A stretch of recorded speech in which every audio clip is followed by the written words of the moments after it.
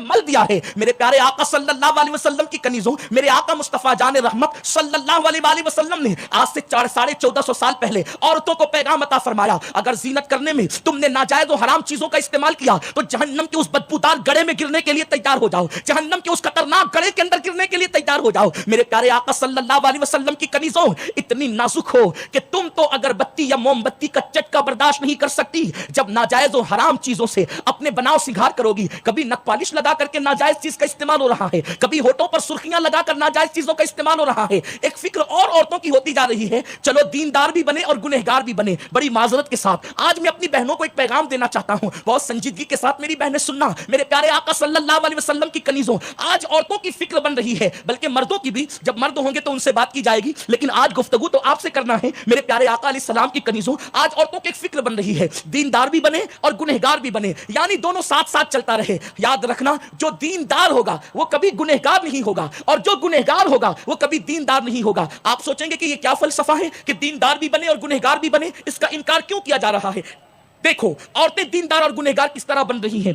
ایک تو یہ, پرس کے اندر پنسورا بھی ہوگا اور پرس کے اندر موبائل کے اندر ہیرو اور ہیروئن کی تصویر بھی ہوگی. اب آپ مجھے بتائیں, پرس کے اندر پنسورا بھی ہوگا اور اس موبائل کے اندر ہیروئن کی تصویر بھی ہوگی, مجھے بتائیں جس دل کے اندر گناہ کی محبت ہو اس دل میں اللہ کا خوف نہیں ہو سکتا, اور جس دل میں اللہ کا خوف موجود ہو پھر وہ دل کبھی گناہ کی طرف مائل نہیں ہو سکتا. یہ نہیں ہونا چاہیے. نماز کے وقت میں عورتیں نماز بھی پڑھے اور پھر آدھی آستین کے کپڑے پہن کر ولیموں میں دندناتی پھرتی بھی پھرے. اللہ اکبر. شادی کے موقع پر عورتیں کبھی کبھی مصلی بھی تو بچھا لیتی ہے, لیکن اللہ اکبر, پھر اس شادی کے اندر پتلے کپڑے بھی بدن پر ہے, پتلے دوپٹے بھی بدن پر ہے, ہاف آستین کے کپڑے بھی بدن پر ہے. اللہ اکبر. میرے پیارے آقا صلی اللہ علیہ وسلم کے پیارے دیوانوں, یاد رکھیں اس نمائشی دین سے کوئی فائدہ نہیں ہوگا. قرآن کہتا ہے عاملۃ ناصبۃ تصلی نارا حامیہ, عبادت کر کے آئیں گے, محنت کر کے آئیں گے, پھر بھی جہنم میں داخل کیے جائیں گے. جسم کو سنوارنے والیوں اور دکھاوے کی عبادت کرنے والی عورتوں کو بتا دو, اللہ کو دکھاوا پسند نہیں. جس کی عبادتیں اس کو اللہ سے قریب نہیں کرتی,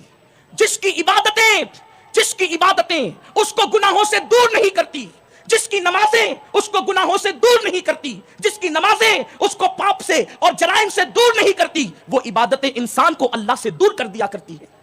اب اگر تم نمازی بھی ہو اور سیریل بھی دیکھ رہی ہو, تم پنسورا بھی پڑھ رہی ہو اور موبائل کے اندر ہیرو اور ہیروئن کی تصویر بھی ہے, ہاتھوں میں تسبیح بھی ہے, فلم بھی دیکھ رہی ہو,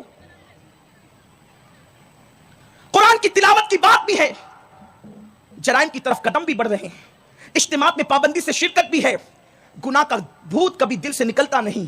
اس کا مطلب یہ ہے کہ اگر عبادات تمہیں گناہوں سے دور نہیں کرتے تو پھر وہ عبادتیں تمہیں اللہ سے دور کر دیتی ہیں. اس لیے کہ عبادت کی شان تو یہ ہے کہ عبادت کی برکت سے انسان کے دل میں اللہ کا خوف مزید سے مزید تر پیدا ہوتا ہے. بڑی معذرت کے ساتھ نماز بھی ہے, تلاوت قرآن بھی ایک حد تک ہے, عورتیں بہت ورد وظائف بھی کر رہی ہے, مردوں سے زیادہ روزے بھی رکھ رہی ہے, عورتیں کبھی 16 سیدوں کا روزہ بھی رکھ رہی ہے, پیر جمعرات کا روزہ بھی رکھ رہی ہے, لیکن سیریل نہیں چھٹتے, فلمیں نہیں چھٹتی, موبائل پر لمبی لمبی گفتگو نامحرموں سے نہیں چھٹتی. اب آپ مجھے بتائیں میرے پیارے آقا صلی اللہ علیہ وسلم کی کنیزوں, اس کا مطلب یہ ہے کہ آپ کی عبادت نے آپ کی زندگی پر کوئی اثر مرتب نہیں کیا, آپ کی نماز اور آپ کی تلاوت نے زندگی پر کوئی اثر مرتب نہیں کیا. میرے صادق و مصدوق نبی سید کونین قائد المرسلین نے فرمایا التقویٰ ہاں ہونا, تقویٰ تو یہاں ہے, اللہ کا خوف تو دل میں ہے. اگر دلوں کے اندر اللہ کی خشیت نہیں تو بناوٹی دین سے کچھ حاصل نہیں. میرے پیارے آقا صلی اللہ علیہ وسلم کی کنیزوں, بڑی معذرت کے ساتھ کبھی کبھی سننے میں آتا ہے فلانی عورت تو بڑی پابند ہے نماز کی, تلاوت قرآن کی بڑی پابند ہے, پرس سے پنسورا کبھی چھوٹتا نہیں ہے, سفر میں جاتی ہے تو بھی لے کر جاتی ہے, لیکن پھر گھنٹہ ڈیڑھ گھنٹہ اجنبی لڑکوں سے بات بھی ہو رہی ہے. ایسا کبھی نہیں ہو سکتا. ارے جن کے دلوں میں اللہ کا ڈر پیدا ہوتا ہے پھر وہ تو مباح اور بعض جائز کاموں کو بھی ترک کر دیتے ہیں. حضرت سیدنا داؤد طائی ایک بزرگ کی بارگاہ میں 40 سال تک گئے اور ان کی خانقاہ میں جا کر کے بیٹھتے تھے. ایک دن انہوں نے کہا داؤد ذرا تیرے سر کے اوپر جو ایک پٹرا ہے, ایک تاک ہے, اس میں قرآن کا مصحف رکھا ہوا ہے, ذرا وہ نکال کر مجھے دو. تو حضرت داؤد طائی نے کہا کہاں ہے؟ کہا بندے 40 سال سے آتا ہے اور تیرے سر کے اوپر تاک ہے, تو وہاں بیٹھتا ہے, تجھے پتا نہیں کہ یہاں تاک ہے؟ حضرت داؤد طائی نے کہا اللہ کے ڈر سے اوپر اس لیے نہیں دیکھتا کہ اگر بلا وجہ اوپر دیکھ لیا, اللہ نے پوچھا کہ تو نے نظروں کا غلط استعمال کیوں کیا تھا, تو میں اللہ کو جواب کیا دوں گا. اس لیے حضرت 40 سال سے آپ کی خانقاہ میں آتا ہوں لیکن میں نے کبھی آپ کی خانقاہ کی تاک تک نہ دیکھی. وہاں 40 سال تک خانقاہ میں آ کر 40 سال میں کبھی خانقاہ کی طاق بھی نہیں دیکھی جس میں قرآن رکھا ہوا ہے، اور یہاں تو طاق جھانک آج فیشن بن چکا ہے۔ میرے پیارے آقا صلی اللہ علیہ وسلم کی کنیزوں، ہم کہاں ہیں جس کو حقیقت میں خشیت ربانی کہتے ہیں؟ قرآن اس کی طرف اشارہ کر رہا ہے، حقا تقاتی، ایسا ڈرو جیسا فیشن ہے وہ نہیں، ایسا ڈرو جیسا ڈرنے کا حق ہے۔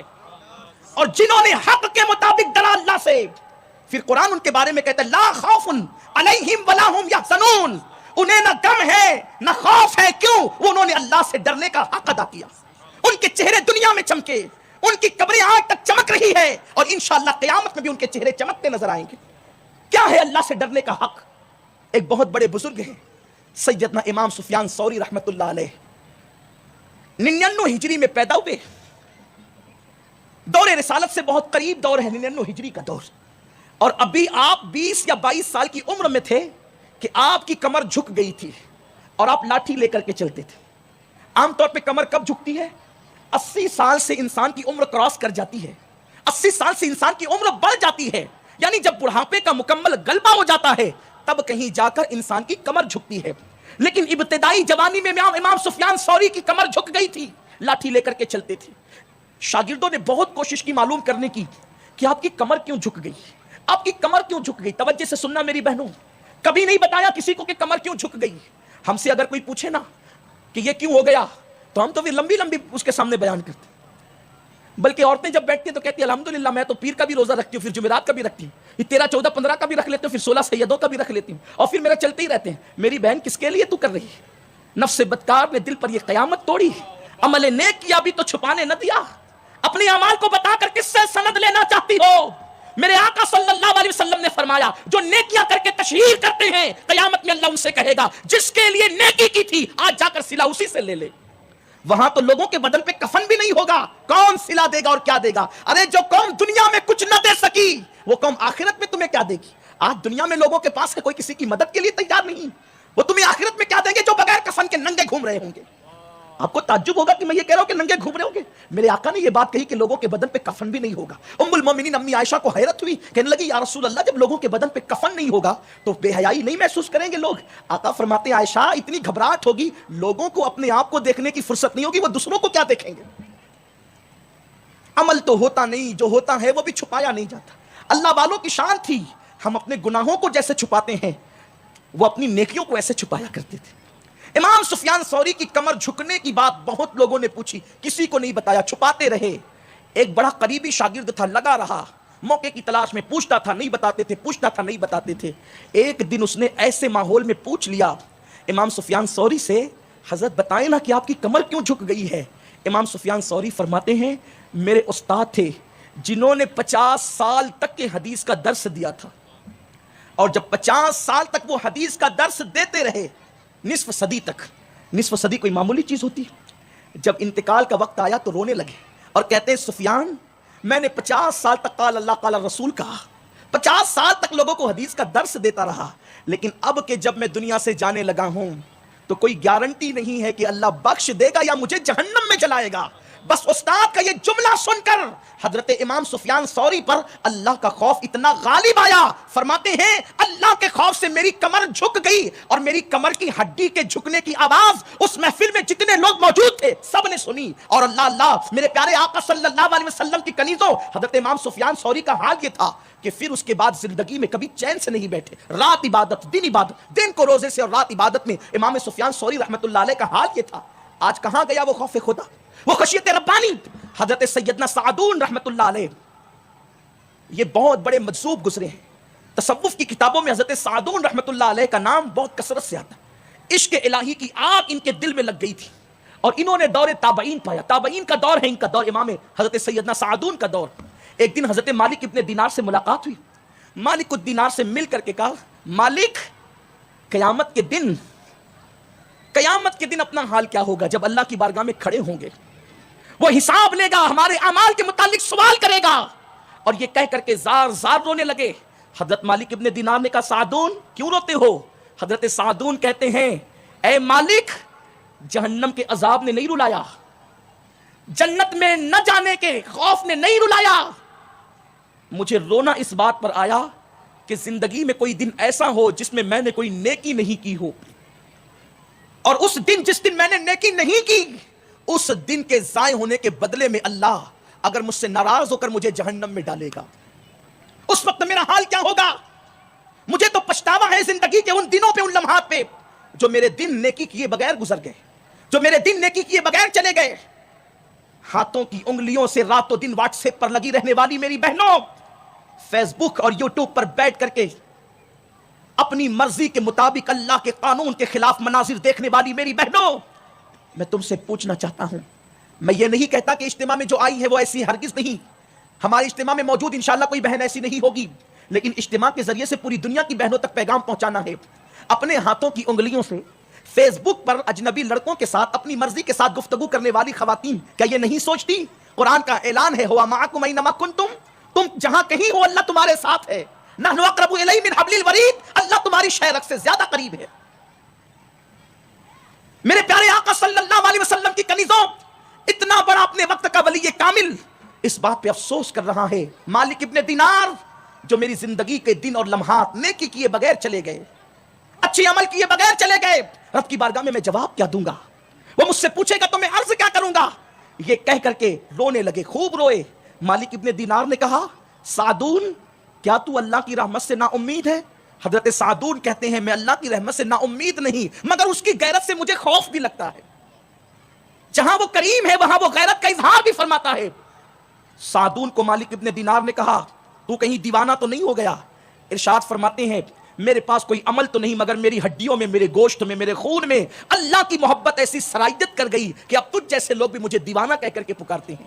میرے پیارے آقا صلی اللہ علیہ وسلم کی کنیزوں، ہمیں اپنی فکر کو تبدیل کرنا ہوگا، ہمیں اپنی انداز زندگی کو بدلنا ہوگا۔ میرے پیارے آقا علیہ السلام کی کنیزوں، یہ گناہوں کا ماحول، یہ برائیوں کا ماحول، لباس اور زیورات کی فکر سے نکل کر بھی آگے کچھ سوچنا ہوگا۔ زیورات تو یہی رہیں گے، کپڑے تو یہیں چھوٹ جائیں گے، ایک کفن کے سوا کون کیا لے گیا ہے جو تم لے کر کے جاؤ گی؟ اپنے مکانات کو چھوڑ جاؤ گی، جن شوہروں کی محبت پہ اتراتی ہو، ناز کرتی ہو۔ ابھی قبلہ حضور قائد محترم نے فرمایا، اپنے شوہر کے حوالے سے دوسری غریب عورتیں، بیوہ اور مطلقہ عورتوں کے سامنے بڑی بڑی باتیں کرتی ہو۔ تمہیں نہیں پتا، تمہیں نہیں معلوم کہ جس دن تمہاری روح کا رشتہ تمہارے جسم سے ٹوٹ جائے گا، اس شوہر کے دل سے بھی تمہاری محبت کا رشتہ ٹوٹ جائے گا۔ حالات یہ ہیں، ہم نے اپنی آخرت کے لیے کیا کیا؟ ہم نے اللہ کے لیے کیا کیا؟ ہم نے اللہ کا خوف اپنے دل میں کتنا پیدا کیا؟ میرے پیارے آقا صلی اللہ علیہ وسلم کی کنیزوں، اپنے انداز کو بدلو، سیریلوں کے ماحول سے نکلو، فلموں کے ماحول سے نکلو، ناولوں کے ماحول سے نکلو، گناہوں کے ماحول سے نکلو، بے خوفی کے ماحول سے نکلو۔ اور میرے آقا صلی اللہ علیہ وسلم نے جو فرمایا، آقا کریم رؤوف الرحیم صلی اللہ علیہ وسلم فرماتے ہیں، میں نے ایک ماحول کا مشاہدہ کیا ہے، لیکن ابھی تک کہ ایسی قوم میرے سامنے ظاہر نہیں ہوئی، اور میرے بعد وہ قوم ظاہر ہوگی۔ اور آقا نے فرمایا، وہ قوم جو ظاہر ہوگی وہ جنت کی خوشبو سے بھی محروم رہے گی۔ آقا فرماتے ہیں، ان میں سے ایک وہ ہوں گے جن کے ہاتھوں میں بیلوں کی دم کی طرح چابک ہوں گے، وہ لوگوں پہ ظلم کریں گے، اور دوسرے وہ عورتیں ہوں گی جو کپڑا پہننے کے بعد بھی ننگی رہے گی۔ ایسی عورتیں بھی جنت کی خوشبو سے محروم کر دی جائے گی۔ سرکار سے صحابہ نے عرض کی، حضور کپڑا پہن کر ننگی کیسے رہے گی؟ سرکار فرماتے ہیں، اتنے تنگ اور چست اور اتنے باریک لباس پہنے گی کہ کپڑے پہننے کا مقصد ہی فوت ہو جائے گا، کپڑے پہننے کا مقصد ہی ختم ہو جائے گا۔ آج دوپٹے تو سر پر ہوتے بھی کیا ہیں، چھوٹے چھوٹے دوپٹے مفلروں کی طرح گلے میں لٹکتے ہیں، یہ فیشن ہے۔ میرے پیارے آقا صلی اللہ علیہ وسلم کی کنیزوں، چوڑیاں پہننے کے لیے اس دکان کا انتخاب کیا جاتا ہے جس میں باضابطہ طور پہ مرد چوڑی پہناتے ہیں۔ میرے آقا مصطفیٰ جان رحمت فرماتے ہیں، عورت کے جسم سے کسی مرد کا حصہ مس ہو جائے اور اس میں اس کی خواہشات ہو، آقا فرماتے ہیں اس عورت کے جسم کے حصے پہ سب سے زیادہ کسی کا حق ہے تو جہنم کی آگ کا حق ہے۔ ہمیں ڈر نہیں لگتا؟ اللہ نے ہمیں گرم پانی کے عذاب سے نہیں ڈرایا بلکہ جہنم کی آگ کے عذاب سے ڈرایا۔ میری ماؤں اور بہنوں، اللہ کی بارگاہ میں حاضر ہونا ہے، رب کی بارگاہ میں کھڑے ہونا ہے۔ کیا خوف تھا خواتین اسلام کے اندر، عورتوں کے دل و دماغ میں اللہ کی خشیت کتنی تھی، خوف کتنا تھا۔ یہی حضرت مالک ابن دینار کہتے ہیں، حضرت مالک الدینار کہتے ہیں کہ مکے میں ایک عورت تھی جس کی آنکھیں اتنی خوبصورت تھی کہ لوگ دور دور سے عورتیں اس عورت کی آنکھوں کو دیکھنے کے لیے آتی تھی۔ اللہ کے خوف سے وہ اتنا روتی تھی، کسی نے مشورہ دیا اللہ کے خوف سے بہت روتی ہو، روتے روتے کہیں آنکھوں کا حسن نہ چلا جائے، تو کہتی ہے اللہ کے خوف سے رو رہی ہوں، آنکھوں کا حسن چلا گیا کوئی بات نہیں، رونا میرے کریم کو پسند آئے گا تو آخرت میں اس سے بہتر آنکھیں عطا کر دے گا، اور اگر ناراض ہو گیا تو پھر یہی آنکھیں جہنم کے اندر جلے گی۔ آج سفید چمڑی پر اتنا اتراتی ہے عورتیں، اپنے آگے کسی کو کچھ سمجھتی ہی نہیں۔ عورتیں بلا عذر شرعی بے پردہ بائک چلا رہی ہے، اپنے ہنر کا اظہار کر رہی ہیں۔ مجھے ان مردوں پر افسوس ہے جن میں اتنی طاقت بھی نہیں کہ وہ اپنے گھر کی عورتوں کو اپنے گھر سے نکال کر ان کی منزل تک پہنچا سکیں. عورتوں کو تنہا کر دیا گیا, عورتوں کو اکیلے چھوڑ دیا گیا, جبکہ مصطفیٰ جان رحمت صلی اللہ علیہ وآلہ وسلم نے فرمایا عورت کی عزت خوشبو کی طرح ہے. جب تک خوشبو شیشی کے اندر ہوتی ہے محفوظ ہوتی ہے, اور شیشی کے باہر نکلتی ہے تو بکھر جاتی ہے, ایسے ہی عورت جب گھر کے باہر نکلتی ہے تو اس کی عزت کے بکھرنے کے خطرات بڑھ جاتے ہیں. عورت جب بے پردہ اکیلے گھر سے باہر نکلتی ہے تو 17 شیطان اس کے ساتھ ہوتے ہیں اور اس کو خوبصورت بنا کر پیش کرتے ہیں, اور مردوں سے کہتے ہیں اس کو دیکھو, اس کو تکو, اور ان کے دلوں میں گناہ کے وسوسے پیدا کرتے ہیں. آج لوگ شکایت کرتے ہیں مولانا میری بیٹی کی آبرو لوٹ لی گئی, مولانا میری بیٹی کسی کے چکر میں پڑ گئی, مولانا میری بیٹی کسی کے ساتھ بھاگ گئی. نادان ماں باپ, یہ حالات تو تم نے پیدا کیے ظالموں. قرآن نے تو پہلے ہی کہا تھا وَقَرْنَا فِي بُيُوتِكُنَّ, عورتوں کو کہا تھا تم اپنے گھروں میں بیٹھی رہو. میرے نبی کی وہ مقدس بیوی جس کا نام حضرت سودا ہے, حضرت سودا, کتنا پیارا اور حسین سا نام ہے سودا. افسوس یہ ہے کہ آج لوگوں کو میرے نبی کی مقدس ازواج کے نام بھی یاد نہیں. لوگ کہتے ہیں نئے نام بتائیں, کس کے نام پر نیا نام رکھو گے؟ ٹینس کھیلنے والی لڑکی کے نام پہ؟ کس کے نام پہ نیا نام رکھو گے؟ پردے پر آ کر کے زنا کرنے والی لڑکی کے نام پہ؟ کس کے نام پہ نیا نام رکھو گے؟ فلم کی اداکارہ عورت کے نام پہ؟ نئے نام تو آج بھی رکھ سکتے ہیں, 1450 سال والے نام جو لوگ بھول چکے ہیں اس کی تجدید کر دو, نئے سرے سے پھر آئیں گے. میں پوچھتا ہوں, شاید میری بدگمانی ہو تو اللہ معاف کرے, اس پورے مجمع میں شاید کسی کا نام سودا نہیں ہوگا. پھر لوگ کہتے ہیں نیا نام دیجیے, اور پھر میرے نبی کی مقدس بیوی کے نام پہ کوئی نام رکھے. خدا کی قسم حضور کی بیویوں کے برابر کون ہو سکتا ہے؟ نبی پاک اگر چمڑے کی کوئی جوتی پہن لے تو وہ جوتی عرش کے لیے معراج کا ذریعہ بن جاتی ہے. اگر چمڑے کی جوتی پہ حضور کا پیر آ جائے, وہ مقدس نالین, پھر اس کو عرش چومتا نظر آتا ہے. خدا کی عزت کی قسم, میرے نبی کی جو بیویاں ہیں حضور نے ان کو اپنے نکاح میں لیا, حضور نے اپنے بستر پر ان کو شراب بخشا, حضور نے ان کے بچے ہوئے جوتے کو خود استعمال کیا. وہ جہاں سے منہ لگا کر پانی پیتی تھی حضور نے وہاں منہ لگا کر پانی پیا. وہ جہاں سے کھانا کھاتی تھی ان کی انگلیوں کے نشان کو دیکھ کے حضور نے کھانا کھایا. ان عورتوں کا مقام کیا ہوگا جس کے لیے قرآن کہتا ہے کہ اے نبی کی بیویوں تم عام عورتوں کی طرح نہیں ہو. قرآن جن کی عظمت کو واضح کرے وہ حضرت سودا, وہ ماں عائشہ, وہ ماں خدیجہ, وہ ماں زینب بنت حجش, وہ حضرت میمونہ, وہ حضرت ام حبیبہ, وہ حضرت جویریہ, کیسے عظیم نام ہے, وہ حضرت صفیہ. دامن نچوڑ دیں تو فرشتے وضو کریں. کیا ان کے مرتبے, کیا شان ان کی ہے کہ یہ روٹ جاتی تھی تو مصطفیٰ جان رحمت جنہیں منایا کرتے. خدا جسے مناتا ہے وہ مصطفیٰ ان مقدس ازواج کو مناتا تھا. وَلَسَوْفَ يُعْطِيكَ رَبُّكَ فَتَرْضَىٰ کہہ کر خدا جس کی رضا چاہتا ہے وہ مصطفیٰ جان رحمت آمینہ کا پیارا لال انہیں منایا کرتا تھا. کیا یہ مقدس خواتین ہیں؟ ازواج مطہرات کی بات اپنی جگہ, لیکن بات میں ام المومنین حضرت سودا کی کر رہا ہوں. آج عورتیں مال میں چلی بے پردہ چلی, آج عورتیں بازار میں چلی بے پردہ چلی, آج عورتیں چلی شادیوں میں ولیموں میں بے پردہ چلی, بے پردہ جا رہی ہیں ہر جگہ.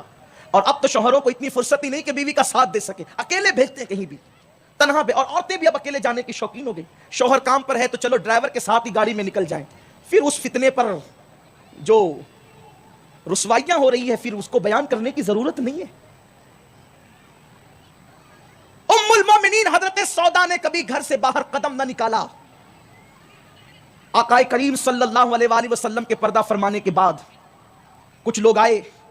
آنے کے بعد کہا امی جان آپ نفل عمرہ کے لیے تو گھر سے نکل سکتی ہے نا, آپ نماز کے لیے مسجد نبی میں جا سکتی ہے, آپ حج کے لیے گھر سے نکل سکتی ہے. نہ نماز کے لیے نکلتی ہے, نہ عمرہ کے لیے نکلتی ہے, نہ حج کے لیے نکلتی ہے. اگر آپ نکلے تو آپ کے مقام اور مرتبے کے اہتمام کے ساتھ لوگ آپ کو مکۃ المکرمہ تک پہنچائیں گے. ام المومنین اما سودا نے کہا کہ میں نے حج بھی کر لیا, میرا حج فرض ادا ہو گیا, میں نے عمرہ بھی کر لیا, عمرہ کا شوق بھی میرا ادا ہو گیا, اب میرے اللہ کے اس فرمان پہ عمل کر رہی ہوں وَقَرْنَا فِي بُيُوتِكُنَّ کہ اپنے گھروں میں بیٹھی رہو, میں اپنے گھر میں بیٹھ گئی ہوں. کبھی کسی نے ان کو قدم گھر سے باہر نکالتے نہیں دیکھا, لیکن جب سودا کو گھر سے باہر نکالا گیا تو حیات ظاہری میں نہیں بلکہ حضرت سودا کا جنازہ نکالا گیا. حضرت سودا کہتی تھی اگر گھر میں رہ کر کے عزت کو تحفظ ملتا ہے پھر وہ نفلی حج اور نفلی عمرے سے بہتر ہے.